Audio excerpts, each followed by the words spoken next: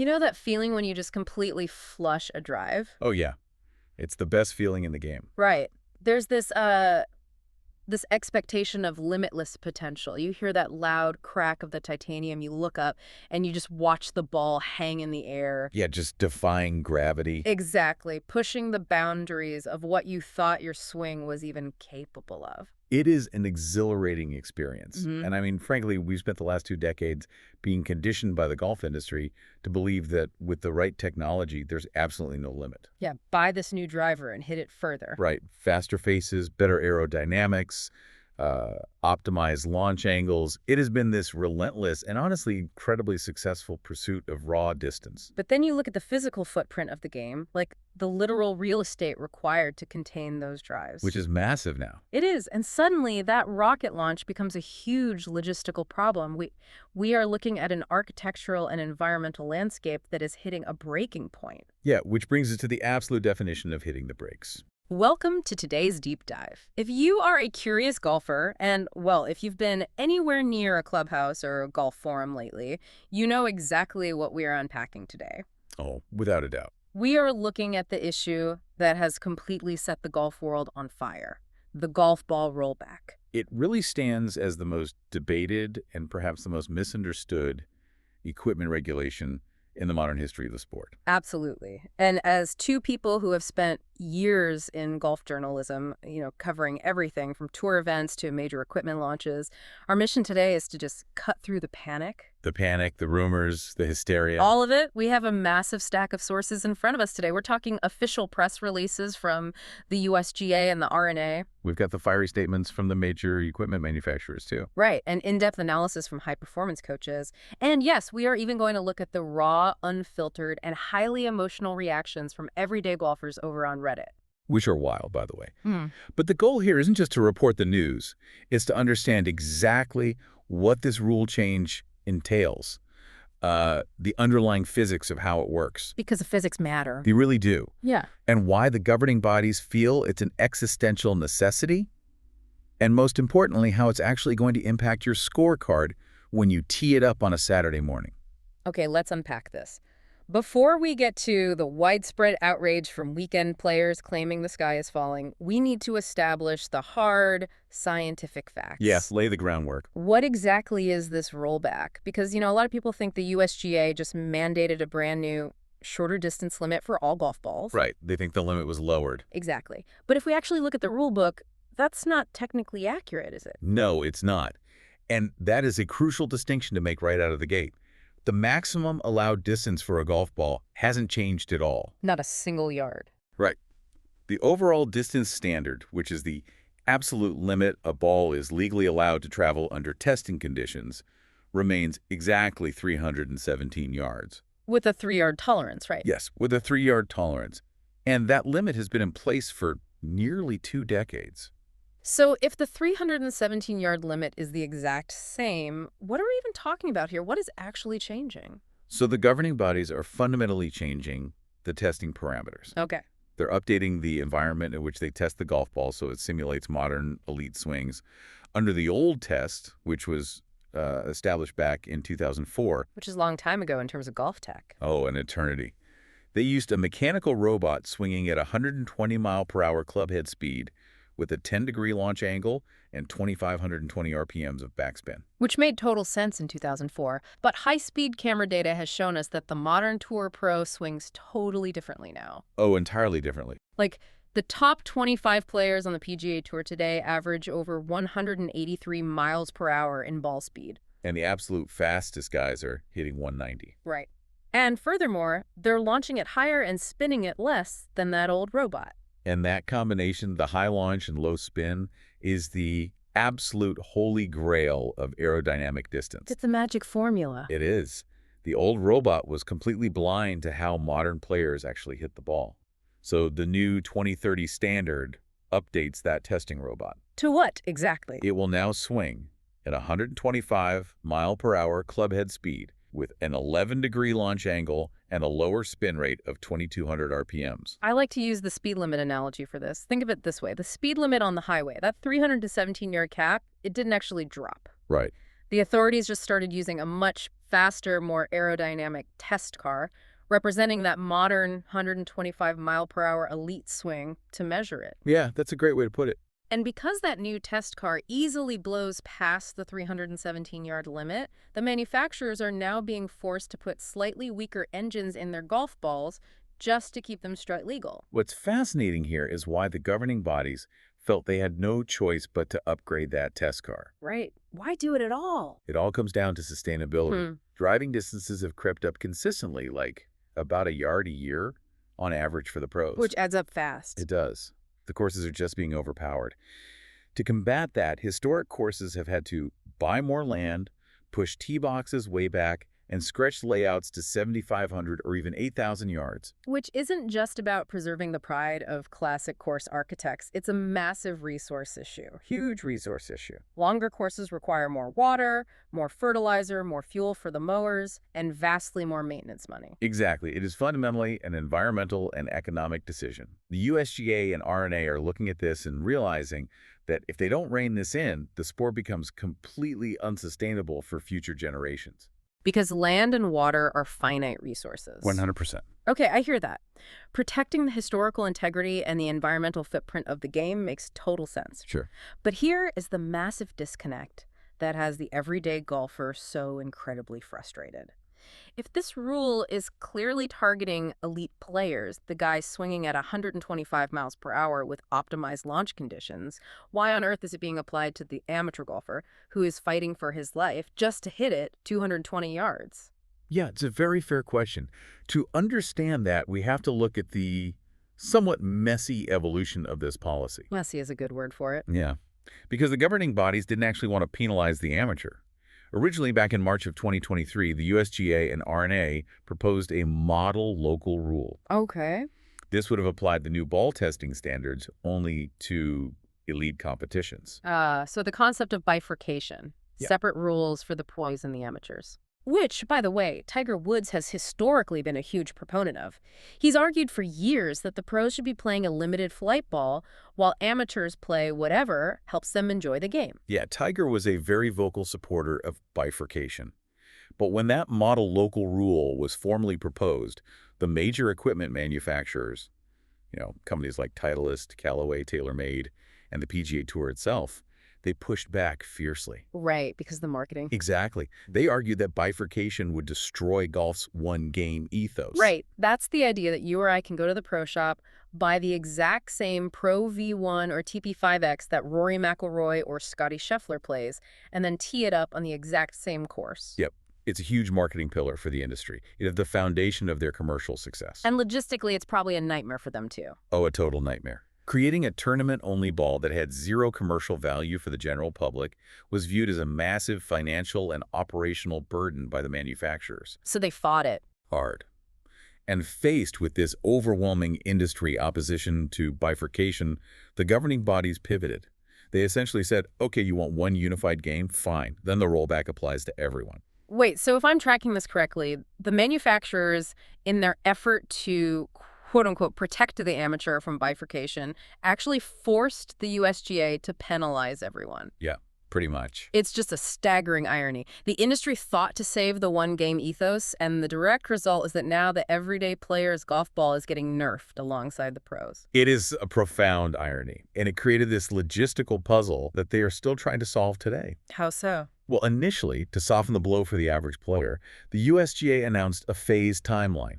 The pros would switch to the rollback ball in 2028, and recreational amateurs would be allowed to use their older, non-conforming balls until 2030. Which sounds like an absolute nightmare for any local club pro trying to run a tournament. Imagine running a local club championship in 2029. You have a highly competitive amateur field. Who is considered elite enough to be forced to play the 2028 ball, and who gets to play the old ball? Are we going to have volunteers checking golf bags on the first tee? Yeah, the logistics of that phased approach were shaping up to be disastrous. Because of this, our sources show a major update from early 2026. Oh, really? Yeah, the USGA and R&A sent a letter to manufacturers stating they are strongly considering scrapping the phased approach altogether. Meaning everyone at once. Exactly. They are looking at a single, unified start date for the entire sport, pros and amateurs alike, of January 1st, 2030. I mean, that makes sense. It eliminates the rulebook confusion. And it clears out retail inventory smoothly, and it keeps the game fully unified. All right, so let's accept the reality. We're all eventually playing the same rolled back ball in 2030. Let's talk about the real world impact. The math of it all. Yes, because if you read the Reddit threads from our sources, the panic is palpable. I mean, one user literally wrote, "I guess I'll quit golf now. I mean, what's even the point anymore?" Wow. Yeah. Another claimed it was going to negatively impact 99.9% of players just to solve a problem created by the top 0.1%. People are very passionate. They are. So mathematically, what is this actually going to do to your scorecard? Well, the hysteria we are seeing online is largely disconnected from the actual physics of aerodynamic braking. Let's break down the data. Okay, lay it on me. The governing body's research shows that the longest hitters on the planet, someone like Rory McIlroy, who averages around 326 yards off the tee, will see the most drastic reduction. He's going to lose about 13 to 15 yards of driver distance. Which is incredibly significant at that level. That is the difference between hitting a wedge into a firm green and having to hit an 8-iron. Exactly the point of the rule. Now, for the average PGA Tour pro, the loss will be around 9 to 11 yards. For the average LPGA or Ladies European Tour player, the reduction drops to about 5 to 7 yards. Okay, but what about the recreational player, the person listening to this deep dive right now? The average recreational male swings a driver at about 93 miles per hour. The average female is around 72 miles per hour, and this is where the physics are crucial. Okay. The distance reduction is achieved by altering the aerodynamic drag of the golf ball. But aerodynamic drag is not linear. It increases exponentially with velocity. A ball traveling at 180 miles per hour experiences vastly more drag than a ball traveling at 130 miles per hour. Ah, so because the amateur isn't generating that massive initial ball speed, the extra aerodynamic braking built into the new dimple patterns barely registers during their ball's flight. That is the core mechanism at play. Because those slower swing speeds simply don't push the ball fast enough to trigger the severe drag penalties, the everyday amateur will see a distance loss off the tee of less than 5 yards. Less than 5 yards. Right. Think about that for a second. 5 yards is literally just taking 5 normal steps backward on the fairway. Barely noticeable. Exactly. When you look at the Reddit outrage, it completely ignores the reality of amateur golf dispersion. An amateur's front-to-back dispersion, meaning the distance between your absolute best center face strike and your slight heel miss hit, is already way, way larger than 5 yards. Oh, for sure. You aren't a robot. If you hit 10 drives, your distance variance is going to be 15, maybe 20 yards. An absolute loss of less than 5 yards is practically imperceptible. And the data goes even further than the driver. John Spitzer, the USGA's Managing Director of Equipment Standards, pointed out that because ball speeds drop significantly as you use higher lofted clubs, the distance loss diminishes as you move through your bag. Right. By the time you get to a 5-iron, even the fastest players in the world will see almost zero distance loss.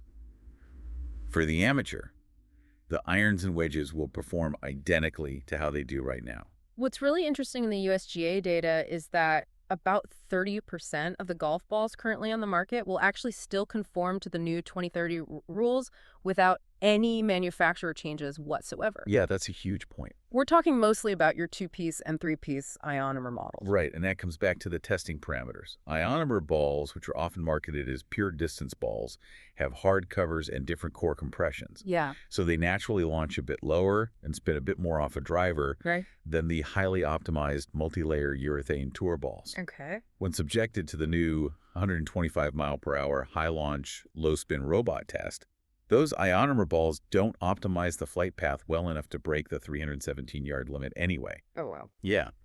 It's the high-performance urethane balls, the ones engineered to maximize that exact high-launch and low-spin window that will require the massive redesigns. So if the distance loss is essentially a rounding error for the average player, and their ionomer balls might not even change, is there anything amateurs actually need to worry about with this new rule? Actually, yes.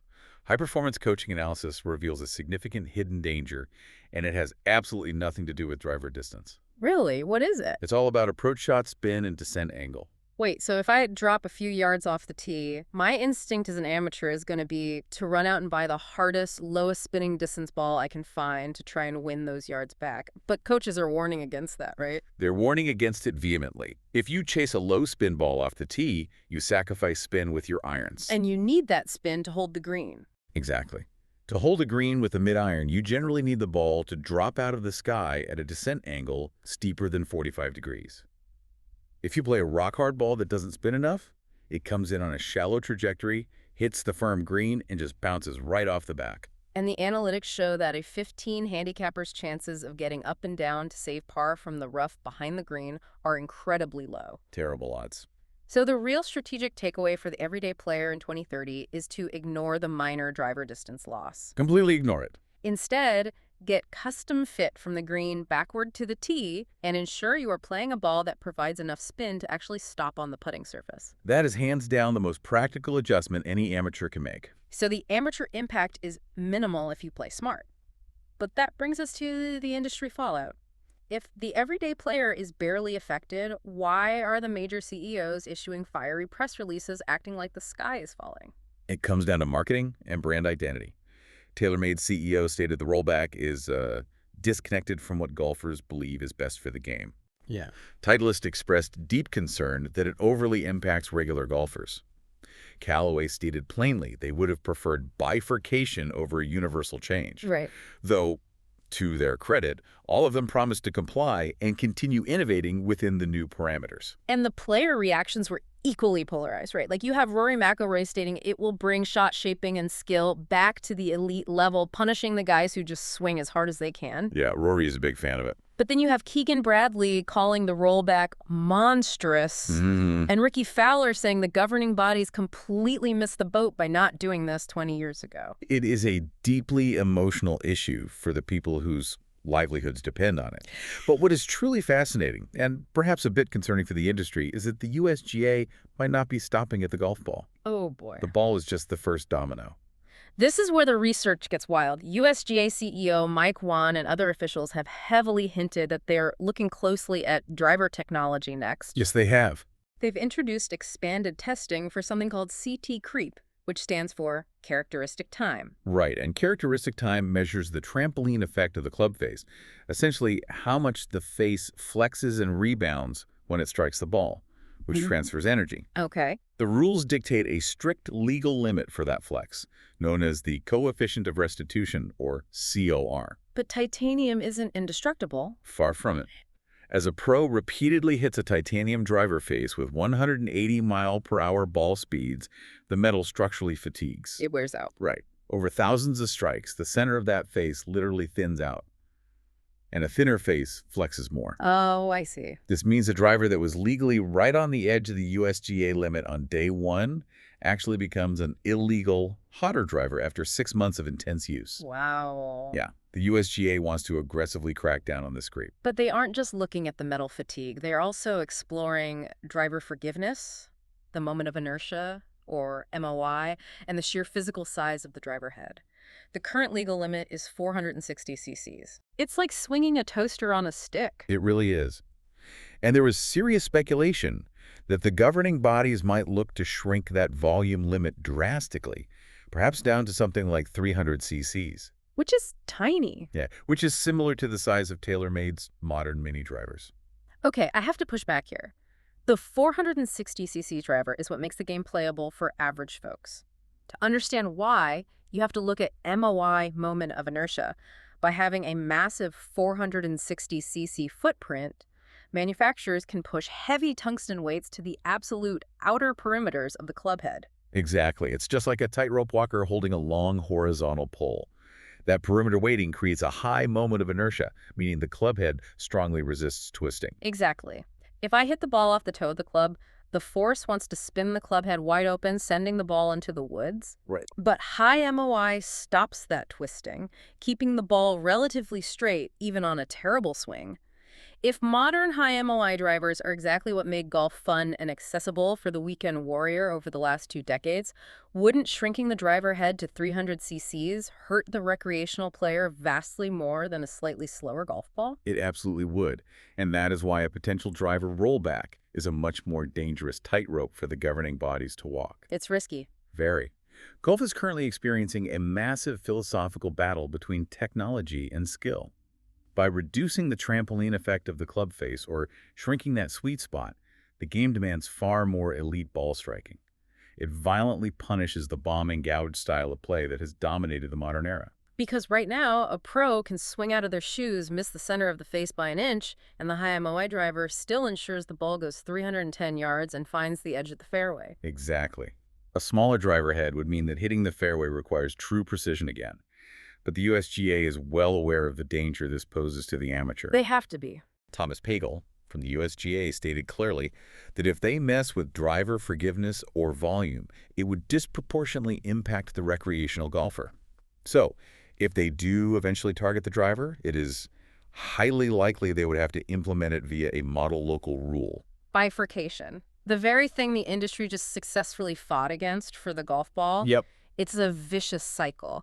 If they try to rein in the pros drivers, they have to separate the rules, which the brands will hate all over again. The governing bodies are trapped between preserving the elite challenge of the sport at the highest level and ensuring the game remains accessible and growing for the millions of people who just play on the weekends. Okay, let's bring this all together. What does this mountain of policy and physics actually mean for you, the listener? The summary is this: the golf ball rollback is officially happening.